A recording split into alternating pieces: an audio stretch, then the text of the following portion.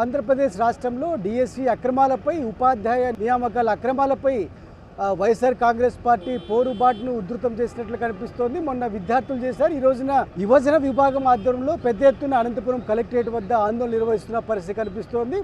విద్యార్థులు, యువకులు, అదేవిధంగా అభ్యర్థులు కోరుతున్నది ఒకటే, మెరిట్ లిస్టు ప్రకటించడంలో ప్రభుత్వానికి ఏంటి అభ్యంతరం?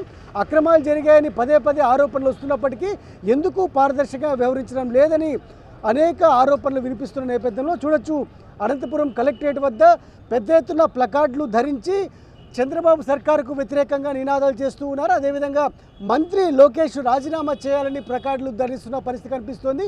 ఈ మొత్తం వ్యవహారానికి సంబంధించి సిబిఐ విచారణకు వైఎస్ఆర్ కాంగ్రెస్ పార్టీ యువజన విభాగం డిమాండ్ చేస్తున్న పరిస్థితి కనిపిస్తోంది. కొంతమంది ఆందోళనకారులతో మాట్లాడదాం, వారు ఏం డిమాండ్ చేస్తున్నారో వారి మాటల్లో తెలుసుకుందాం. ప్రధానంగా ఈ ధర్నా నుంచి ఏం డిమాండ్ చేస్తున్నారు మీరు?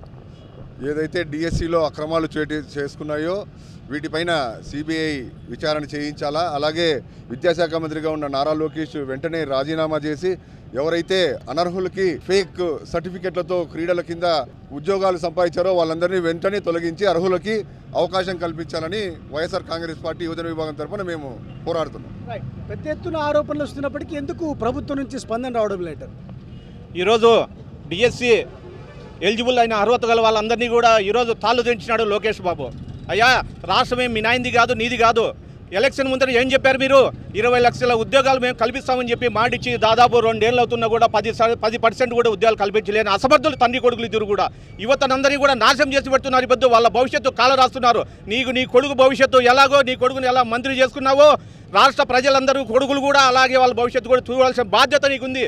డిఎస్సి మీద సిబిఐ ఎంక్వైరీ చేయించి వెంటనే తక్షణమే నువ్వు రాజీనామా చేస్తావా లేదా?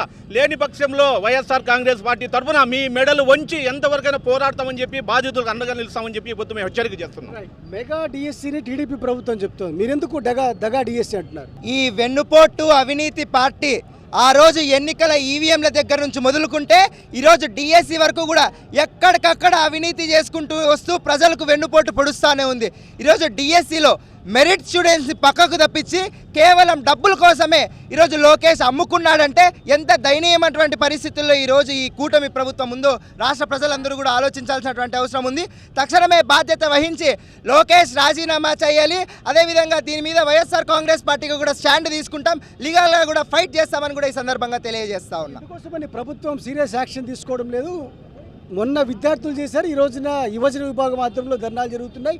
డిఎస్సి అభ్యర్థులు పెద్ద ఎత్తున రోడ్ల మీదకి వస్తున్న పరిస్థితుల్లో ప్రభుత్వం ఎందుకు రెస్పాండ్ కావడం లేదంటారు? డిఎస్సి అభ్యర్థులకు గతం నుంచి నోటిఫికేషన్ వదిలినప్పటి నుంచి ఇక్కడ మోసం జరుగుతూ ఉందని చెప్పేసి వైఎస్ఆర్ కాంగ్రెస్ పార్టీ అయితేనేమి, డిఎస్సి అభ్యర్థులు అయితేనేమి వారి గలం వినిపిస్తూ ఉన్నారు.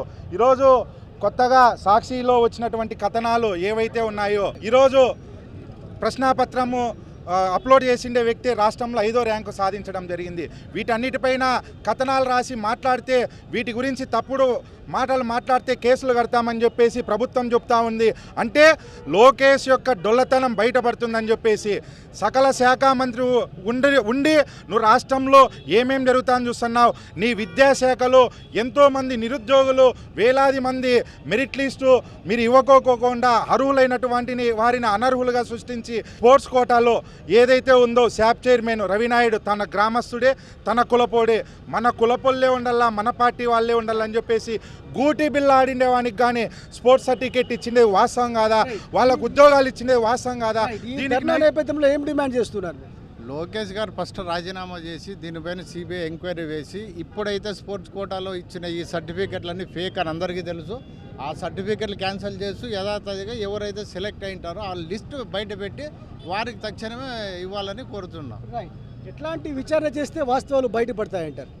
ఈరోజు సెంట్రల్ గవర్నమెంట్ ఈరోజు ఇక్కడ ఒక భాగస్వామిగా ఉంది కూటమి ప్రభుత్వంలో. వాళ్ళు కంపల్సరీగా యాక్షన్ తీసుకోవాలి. ఎందుకు మళ్ళీ వాళ్ళు నిమ్మకు నీరెత్తుకోకుండా ఉన్నారో తెలియదు, అర్థం కాదు. కష్టపడి టెట్ రాసి కొన్ని సంవత్సరాలు ట్రైనింగ్ చేసుకొని డబ్బులు కట్టుకొని డిఎస్సి ఎగ్జామ్ రాస్తే అర్హులైన వాళ్ళ మెరిట్ లిస్టు పెట్టడానికి కూడా ఈ ప్రభుత్వం జంకుతుందంటే ఎంత అవినీతిగా కూలిపోయిందో ఈ ప్రభుత్వం. అందుకే సిబిఐ ఎంక్వైరీ చేయడానికి మీకు ఎందుకు భయం వేస్తుంది? మేము డిమాండ్ చేస్తాం, సిబిఐ ఎంక్వైరీ కావాలా, తక్షణమే సిబిఐ ఎంక్వైరీ చేయాలని మేము డిమాండ్ చేస్తున్నాం. మొత్తం మీదైతే సిబిఐ విచారణ చేయడంతో పాటు విద్యాశాఖ మంత్రి నారా లోకేష్ వెంటనే రాజీనామా చేయాలి. ఒకవేళ రాజీనామా చేయకపోతే ప్రభుత్వమే విద్యాశాఖ మంత్రి నారా లోకేష్ ను బర్తరఫ్ చేయాలని డిమాండ్ చేస్తున్నారు. అందుకే మాకు న్యాయం కావాలంటూ వీ వాంట్ జస్టిస్ అంటూ పెద్ద ఎత్తున నినాదాలు చేస్తున్న పరిస్థితి అనంతపురం కలెక్టరేట్ వద్ద కనిపిస్తోంది. విద్యాశాఖ మంత్రి వెంటనే విద్యాశాఖ మంత్రి నారా లోకేష్ వెంటనే